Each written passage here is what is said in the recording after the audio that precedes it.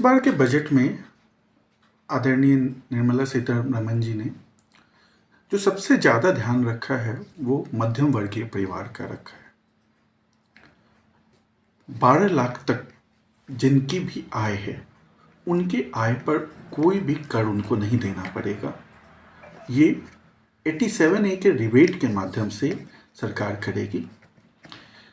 और ऐसा नहीं है कि सिर्फ ये 12 लाख तक के इनकम वालों के लिए ही फायदेमंद है, इसके साथ ही स्लैब रेट में भी चेंज किए गए हैं।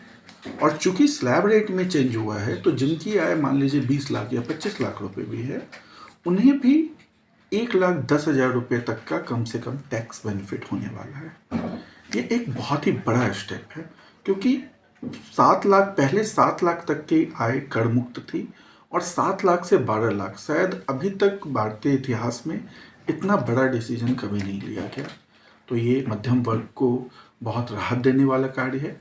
इसके साथ ही एक जो बहुत इम्पोर्टेंट अनाउंसमेंट हुआ है कि मान लीजिए कि आप रेंट पे आपने किसी को अपना किसी मकान वगैरह दिया, ऑफिस दिया हुआ है, तो पहले अगर आपका 2,40,000 रुपये तक का रेंट होता था, उससे ज़्यादा होता था तो 2,40,000 के ऊपर जो रेंट आता था उस पर ही सरकार TDS लगाती थी।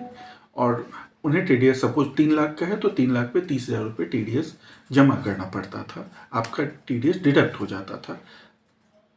इस TDS के लिमिट को 2,40,000 से बढ़ा के 6 लाख कर दिया गया। पहले क्या प्रॉब्लम था कि मान लीजिए आपकी 5 लाख रुपए की रेंट है, 5 लाख रुपए के रेंटल इनकम पे 50,000 रुपये आपका TDS कट जाता था। बट एक्चुअली चूंकि 7 लाख रुपए तक कोई टैक्स नहीं था तो आपकी टैक्स लाइबिलिटी बनती नहीं थी। तो फिर क्या होता था, आपको जब उसके से 1 साल बाद जब आप ITR फाइल करते थे तो आप रिफंड के रूप में उसको क्लेम करते थे। बट अब ये TDS ही नहीं डिडक्ट होगा अगर आपको 6 लाख रुपए तक का रेंटल इनकम मिल रहा है। इसके साथ ही जो सीनियर सिटीजन्स हैं उनके FD के लिमिट पे भी उसको बढ़ाया गया है।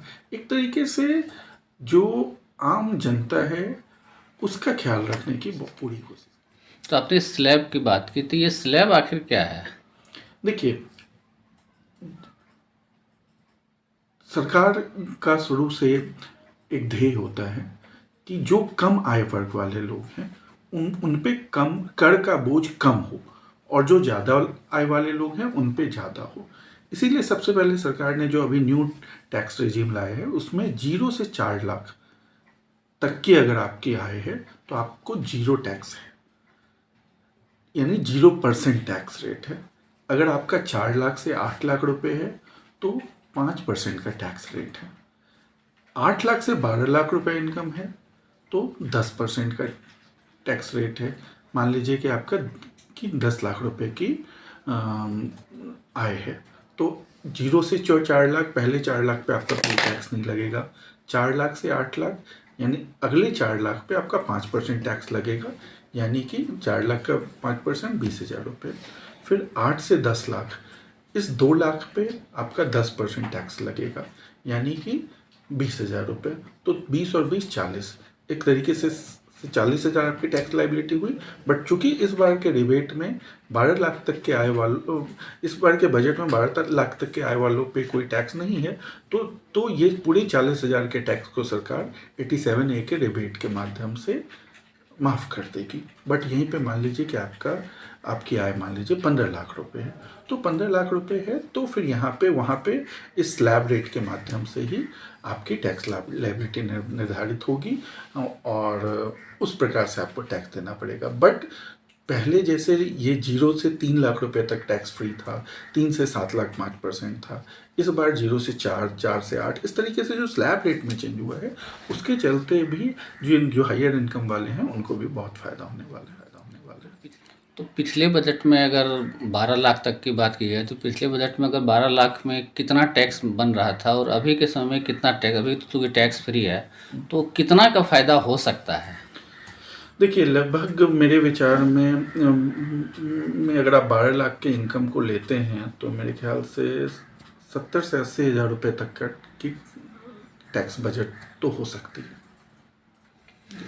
तो ये 12 लाख, कुछ लोग इसको 12,75,000 बता रहे हैं, तो ये 75,000 क्या है? 12,75,000 का क्या है? देखिए, जो सैलरीड एम्प्लॉयज़ हैं उन्हें उन्हें एक स्टैंडर्ड डिडक्शन में मिलता है। पहले स्टैंडर्ड डिडक्शन की लिमिट 50,000 थी, उसे भी बढ़ा के 75,000 कर दिया गया है। तो अगर आप एक सैलरीड एम्प्लॉय हैं और आपकी सैलरी 12,75,000 रुपये, तो फिर आपको 75,000 रुपये का सबसे पहले तो स्टैंडर्ड डिडक्शन मिल जाएगा।